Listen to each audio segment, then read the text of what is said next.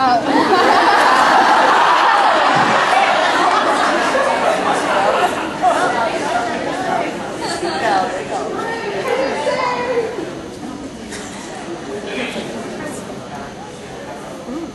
check, check. Yes. Check, check, check. Okay, cool. Let's open up the volume a little bit. Check, check, check, check. Check, check. Okay. Is that good? Yeah. Thank you. Thank you. Give it up! Okay, remind me and we'll end with the song. Okay?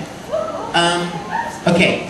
One, I wanted to sit in on a recording session. Two, I went to spend some time with a Japanese band that I had become good friends with named Move.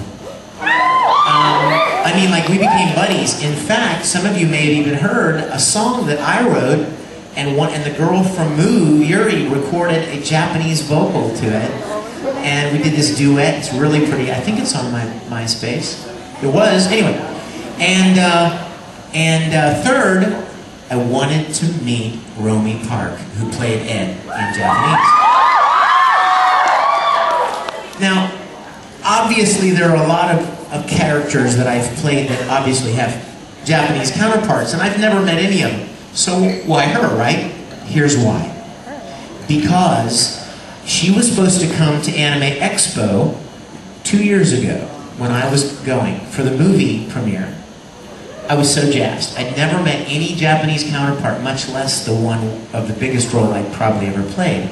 And so I bought her this really cool cowboy hat from Houston. I mean, I'm talking smoking, you understand? I mean, like Stetson, not a straw one, but like a real nice formed gray with this beautiful band. I was so excited to give it to her. And Anime Expo people, we had it all planned out. I was going to introduce her at opening ceremonies, and you guys, Anime Expo, like 10,000 people show up at opening ceremonies. So the Japanese director was there that year as well, Mizushima-san, and they picked me up at the airport. Here I am carrying my Stetson box, right? And I get off the plane, and we get in the car, and the guys go, we have some bad news. What? And they're like, Romy can't make it. You gotta be kidding me.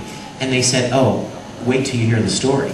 She was at the airport. She was at Narita Airport waiting to get on her plane. Her exit visa had expired. And she didn't realize it. She just, didn't realize it.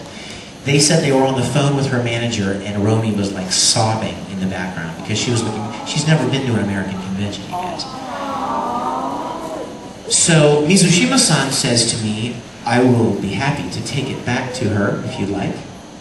And I said, you know what, I'm honored, thank you, but I want to give it to her myself. One day, I don't know when, I don't know how, but I will give it to her.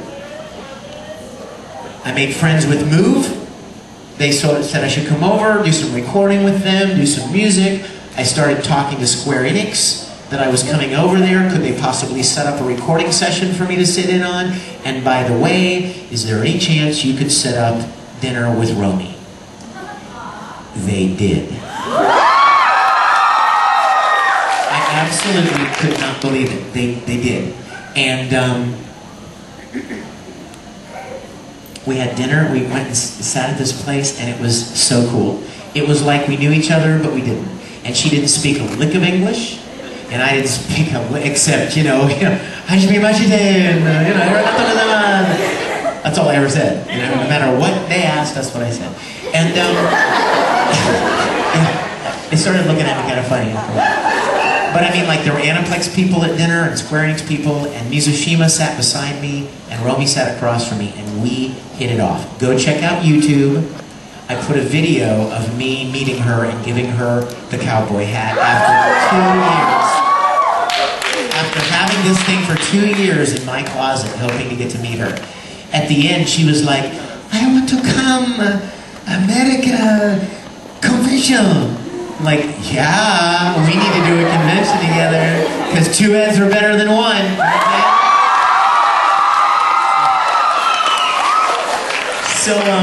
So we're hoping to get her to a convention sometime. I know that a couple of conventions that I have friends that run a couple of big conventions. One of them that's trying to get her here is Anime Weekend Atlanta. She may be there.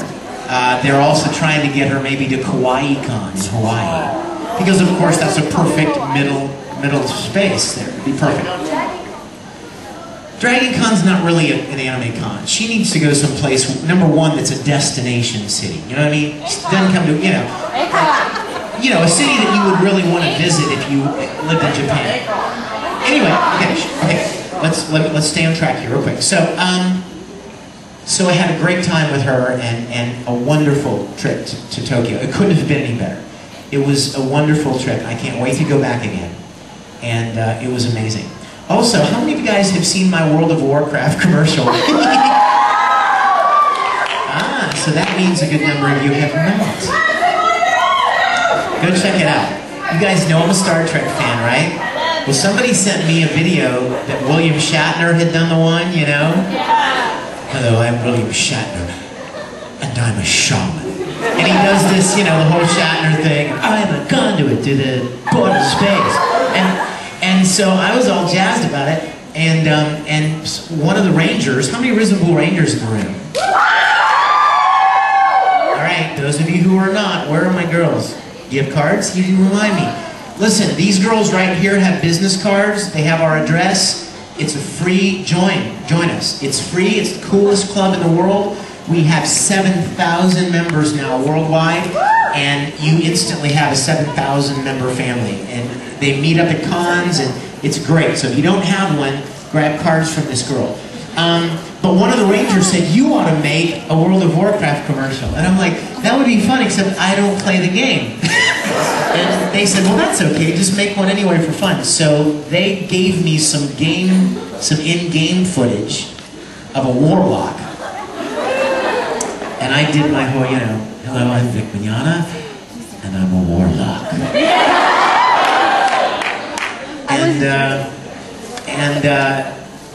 So check it out, it's on YouTube. I didn't realize how popular World of Warcraft was until I created a video with World of Warcraft in the name. And the girl that posted it for me, she's like, oh my gosh, it's been up 3 hours and it has 20,000 views. Shh. Okay. It's very good. Please turn your cell phones into the off position until after we've landed. Okay, how are we doing? We've got about 6 or 7 minutes.